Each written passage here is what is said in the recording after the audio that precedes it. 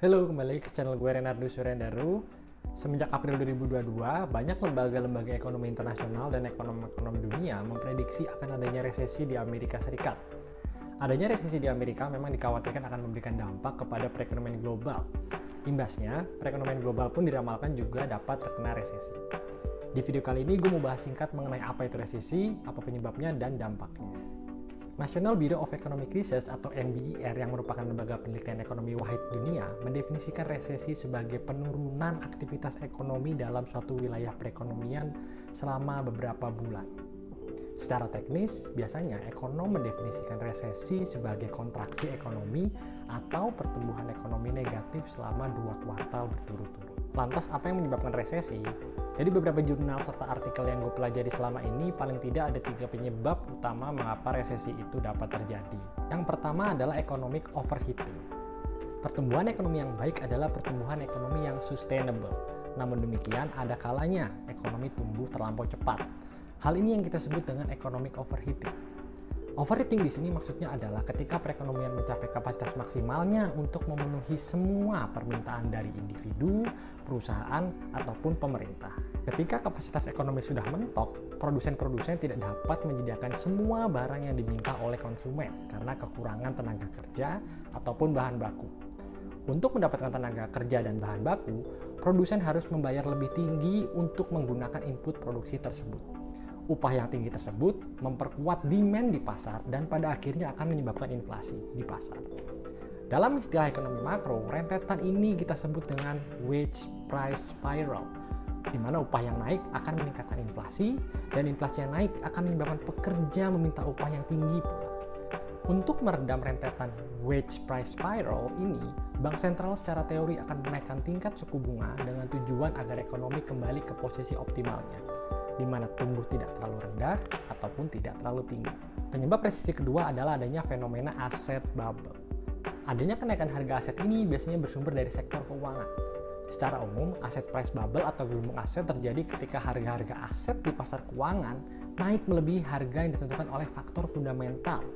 Adanya aliran suplai uang dan kredit ke dalam pasar juga dapat mendorong terjadinya bubble di mana buyers serta investor akan terus-menerus bidding ke harga yang lebih tinggi dari fundamentalnya. Adanya faktor psikologi dan emosi seperti keserakahan, ikut-ikutan, atau terlalu optimis akan memperbesar kemungkinan bubble muncul. Ketika gelembung aset ini pecah, maka harga aset akan turun secara drastis. Akibatnya, buyers ataupun investor akan kehilangan uang.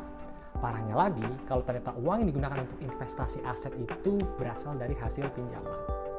Pada kondisi ini, pihak-pihak di pasar biasanya tidak memiliki dana yang cukup untuk mengembalikan uang yang menjadi kewajibannya. Inilah yang kita sebut dengan market crash, di mana tidak ada pihak yang memiliki dana cukup selain pemerintah untuk membuat pasar bergerak kembali. Macetnya cash flow serta pupusnya harapan untuk mendapatkan keuntungan akan membuat spending turun. Demand pun pasti akan turun, dan disinilah resesi bisa muncul. Sejarah menunjukkan kepada kita bahwa ketika gelembung aset terjadi, maka dapat memicu resesi. Di tahun 2001, aset bubble terjadi di dalam sektor internet yang membuat perekonomian Amerika mengalami resesi. Di tahun 2008, aset bubble di sektor perumahan Amerika juga menyebabkan Amerika mengalami resesi. Untuk kasus saat ini, dengan melihat 3 indeks paling berpengaruh dengan market capitalization terbesar di dunia, yaitu S&P 500, Dow Jones, dan Nasdaq, kita dapat melihat pola dari aset price bubble ini. Jika kita lihat dari data masing-masing indeks, memang sebelum masuk ke tahun 2022, pergerakan ketiga indeks saham tersebut naik secara konsisten dan cukup signifikan. Hal ini mungkin saja didorong dominasi euforia positif dari investor ataupun efek sentimen yang tidak rasional atau rational exuberance. Sampai akhirnya di kuartal pertama tahun 2022, ketiga indeks ini pergerakannya turun dan kita tidak pernah tahu kapan naik kembali karena banyak faktor yang mempengaruhi. Turunnya 3 indeks rujukan utama dunia ini juga membuat efek domino ke indeks-indeks di pasar keuangan mayoritas negara-negara dunia. Faktor penyebab resesi yang ketiga adalah munculnya kejadian super event di luar kendali kita. Dalam istilah ekonomi, kondisi resesi karena kejadian di luar perkiraan yang sangat cepat dan berdampak besar disebut dengan Black Swan. Contoh kasus Black Swan belakangan ini adalah perang Rusia-Ukraina dan COVID-19. Hal-hal yang tidak diperhitungkan dan tiba-tiba saja datang, nyatanya akan membuat perekonomian tidak mampu beradaptasi dengan cepat. Nah, biasanya memang sih pemerintah sudah buat kebijakan-kebijakan ekonomi tertentu untuk menghindari ataupun meredam resesi ini. Tapi dalam pembuatan kebijakan itu ada faktor time lag dan time inconsistency-nya. Time lag yang dimaksud di sini adalah adanya kebutuhan waktu untuk sebuah kebijakan ekonomi bisa berdampak terhadap perekonomian. Misalnya saja penurunan atau kenaikan suku bunga bank sentral sebuah negara yang baru dirasakan beberapa bulan setelah dilakukan. Alhasil ini menimbulkan masalah kedua, yaitu time inconsistency, di mana kebijakan yang dulunya dianggap optimal seiring berjalannya waktu akan menjadi tidak optimal di masa sekarang. Karena mungkin saja permasalahannya sudah berbeda dengan yang dulu. Untuk kasus sekarang ini, gue bisa bilang resesi penyebabnya adalah karena faktor Black Swan dan aset bubble. Adanya fenomena COVID selama 2 tahun ini membuat sektor teknologi sangat lekat dengan kehidupan masyarakat. Alhasil, saham-saham berbasis teknologi naik dengan sangat cepat dan ini mempengaruhi sentimen ke jenis-jenis saham lainnya. Di saat yang sama, pandemi ini memberikan luka ekonomi dalam bentuk supply shock yang belum juga pulih dan nyatanya menghasilkan tingkat inflasi secara global. Untuk kasus Indonesia, adanya aset bubble di negara-negara maju sepertinya akan memiliki dampak yang temporer ke pasar keuangan Indonesia.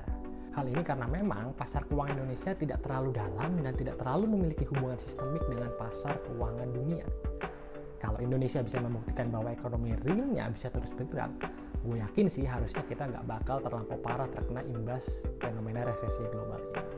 Oke, sekian dulu video gue untuk kali ini. Thank you for watching. See you in the next video. Salam Rastok.